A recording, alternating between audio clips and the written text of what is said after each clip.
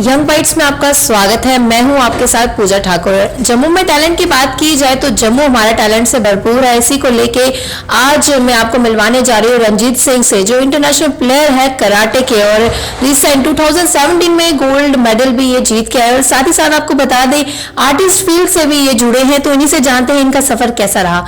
Sir आपका स्वागत है यंग बाइट्स में। जी, सबसे पहले पूजा मैम मैं आपका शुक्रगुजार हूँ और यंग बाइट्स का जिन्होंने मुझे इस काबिल समझा, तो तहे दिल से शुक्रिया जी। अगर आपके कराटे चैंपियन की बात की जाए, आपने जम्मू कश्मीर को रिप्रेजेंट किया है और इंटरनेशनल लेवल तक आप गए और गोल्ड मेडल भी जीत के आए हैं, तो किस तरह से आपने सोचा कि आपको कराटे फील्ड में ही आगे जाना चाहिए? मैम स्टार्टिंग में मेरी स्कूलिंग हुई है DBN स्कूल जो मुबारक मंडी वाला है, वहाँ से स्कूलिंग हुई है। तो वहाँ पे सेकंड थर्ड क्लास में मैं कराटे करता था, पर मैम एक्चुअली मैं इसको कंटिन्यू नहीं कर पाया। मतलब इंटरेस्ट बनता था, फिर इंटरेस्ट कम हो जाता था, फिर से इंटरेस्ट होता था, फिर से क्लासेस ज्वाइन कर ली, मतलब कंटिन्यू नहीं रहा। तो उसके बाद स्कूल चेंज हो गया, फिर मैं दीवान देवी यहाँ पे आ गया। दीवान देवी स्कूल में मेरी स्कूलिंग हुई, तो यहाँ पे मैंने 8th 9th तक तो कराटे कुछ किया ही नहीं, बहुत लंबा गैप पड़ गया था। तो फिर मैंने बोला यार मेरे में कोई वो जो एक टैलेंट छुपा हुआ है एक कराटे का, वो क्यों ना कहीं जब तक उसको एक प्लेटफॉर्म नहीं मिल जाता, एक अंजाम नहीं मिल जाता, तो उसको आगे कंटिन्यू करना चाहिए मुझे। तो मैंने वहाँ पे कंटिन्यू किया और इंटरनेशनल। आपने कौन से प्लेटफॉर्म से शुरू की? डिस्ट्रिक्ट लेवल पे आपने जी डिस्ट्रिक्ट खेला मैम मैंने, यहाँ पे स्टेडियम में हुआ, डिस्ट्रिक्ट में मेरा गोल्ड आया। देर आफ्टर धर्मशाला में इंटरनेशनल गोल्ड आया मेरा। तो उसके साथ साथ मैंने हरियाणा में भी खेला, वहाँ पे मेरा मैम ब्रॉन्ज मेडल आया जी। तो ऐसे छोटी मोटी टूर्नामेंट्स वगैरह हैं वो भी बहुत खेली है।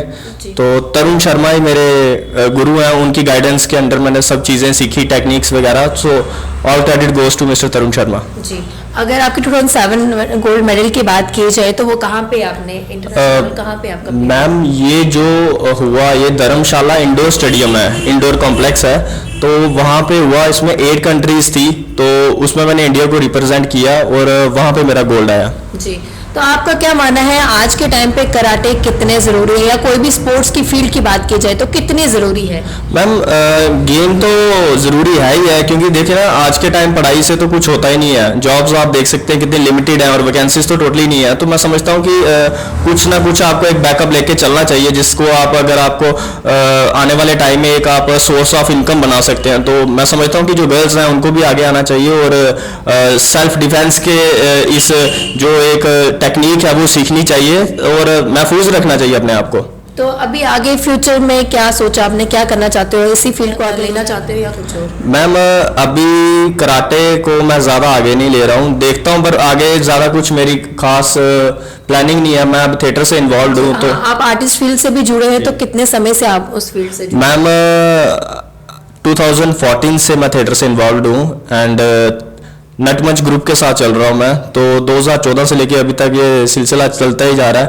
तो बहुत थिएटर प्लेस भी आपने किए हुए हैं, उसके बारे में थोड़ा बताइए। जी मैम जम्मू में हमने बहुत प्लेस किए हैं और 51 स्ट्रीट प्लेस जो मैं समझता हूँ एक रिकॉर्ड हमने बनाया है नटमंच के बैनर के तले। वो अभी तक in the history of J&K वो अभी किसी ने नहीं बनाया, तो नटमंच ने एक रिकॉर्ड बनाया। इसके साथ साथ मैम रियलिटी शो है एक जम्मू बॉयज, उसका मैं विनर रह चुका हूँ। और भी मैम हमने कई मूवीज वगैरह, शॉर्ट मूवीज वगैरह, ये सिलसिला चल रहा है जी। तो जिससे कि आपने बताया कि आपने थिएटर प्ले किया, काफी समय से आप थिएटर प्ले करे, कई रियलिटी शोज में भी आप गए, तो कौन कौन से में गए? जी reality shows Jammu's got talent season 5 हुआ था, उसमें फाइनलिस्ट का एक एप्रिसिएशन हमें किताब मिला है, सर्टिफिकेट। उसके साथ साथ गॉट टैलेंट में किस तरह का टैलेंट आपने दिखाया था? जी मैम उसमें मेरी एक्टिंग कैटेगरी थी, एक्टिंग कैटेगरी में मैंने अपने आप को एक वहाँ पे प्रेजेंट किया।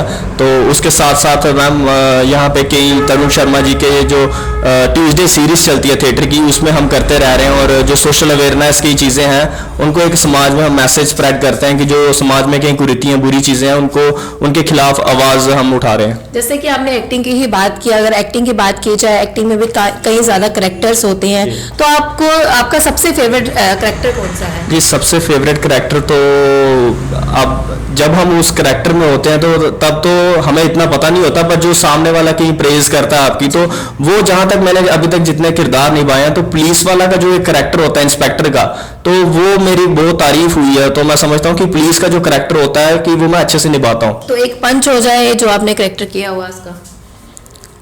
Okay ma'am.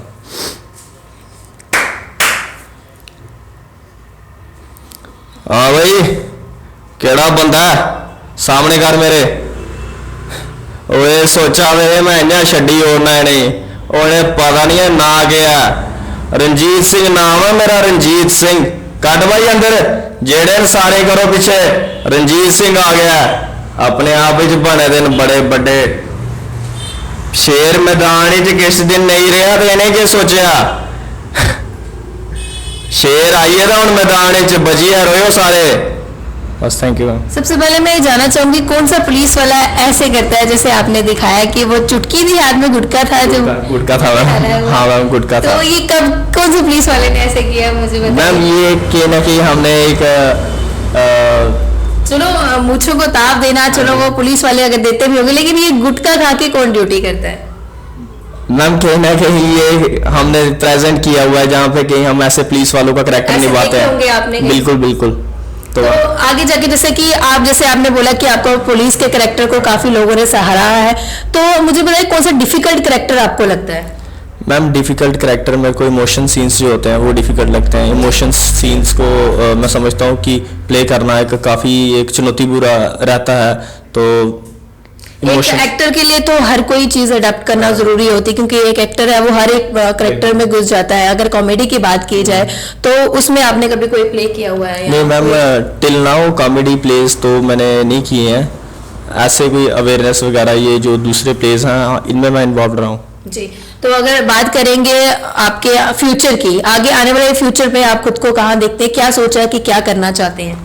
खुद को मैम मैं कहीं भी नहीं देखता हूँ आने वाले समय में। सच्ची अगर मैं आपको एक बात बताऊँ तो मैं आज में जीने वाला व्यक्ति हूँ। मैं अपने भविष्य में मैं नहीं समझता हूँ कि मैंने कुछ एक्टिंग के लाइन में इतना बड़ा अचीवमेंट करनी है या वहाँ पे जाना। मैं प्रेजेंट सिचुएशन में जीने वाला व्यक्ति हूँ। तो हाँ, मेरी कोशिश यही होती है कि जो पिछले दिन से जो आज का दिन है वो बेहतर जाए। तो मैं यही सोचता हूँ कि जो आने वाला दिन है वो अच्छा जाए, बाकी ज़्यादा मैं लंबा सोचता नहीं हूँ। जी, ये बहुत अच्छी बात है। आप स्पोर्ट्स के साथ भी जुड़े हैं, आर्टिस्ट फील्ड के साथ भी जुड़े हैं, और जो आज की युवा पीढ़ी है उनके लिए क्या कहेंगे जो नशे की ओर बढ़ते जा रही है कहीं ना कहीं, और वहीं दूसरी ओर अगर जम्मू में टैलेंट की बात की जाए वो भी आगे है, तो आप क्या कहेंगे कि किस तरह से उन्हें अपनी जिंदगी जीनी चाहिए? जो नशे की ओर बढ़ रहा है उनके लिए क्या मैसेज देना चाहिए? जी मैम, नशा कहीं ना कहीं अगर आप कहते हैं तो नशा कहीं ना कहीं अगर आप कहते हैं तो ये इसके एक पीछे जो वजह हमें वो जाननी चाहिए। क्योंकि आप देख सकते हैं कि आजकल अनएम्प्लॉयमेंट बढ़ रही है, तो कहीं ना कहीं लोग उससे निराश होकर कहीं ना कहीं इस नशे को सहारा बना लेते हैं। तो मैं समझता हूँ जो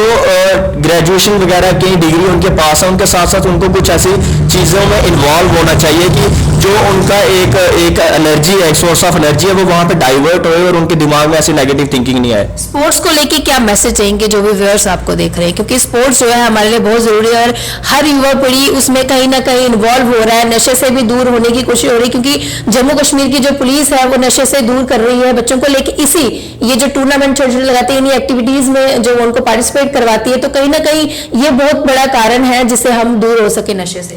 जी बिल्कुल मैम, मैं समझता हूँ कि ऐसी टूर्नामेंट्स होनी चाहिए रियासत में, क्योंकि ऐसी टूर्नामेंट से एक बूस्ट मिलता है एक बच्चों को, और जो उनके अंदर कैपेबिलिटीज़ हैं और जो उनके अंदर एक कला है वो बाहर आती है। तो मैं समझता हूँ ऐसे टूर्नामेंट्स होनी चाहिए। जी, थैंक यू सो मच। तो ये थे हमारे साथ रंजीत सिंह, काफ़ी अच्छा मैसेज इन्होंने युवाओं के लिए दिया, और आप भी ज़्यादा से ज़्यादा जो है स्पोर्ट्स की ओर बढ़िए और नशे से दूर रहिए, हंसते रहिए, मुस्कुराते रहिए। मुझे दीजिए इजाज़त वीडियो जर्नलिस्ट अभिषेक के साथ। नमस्कार।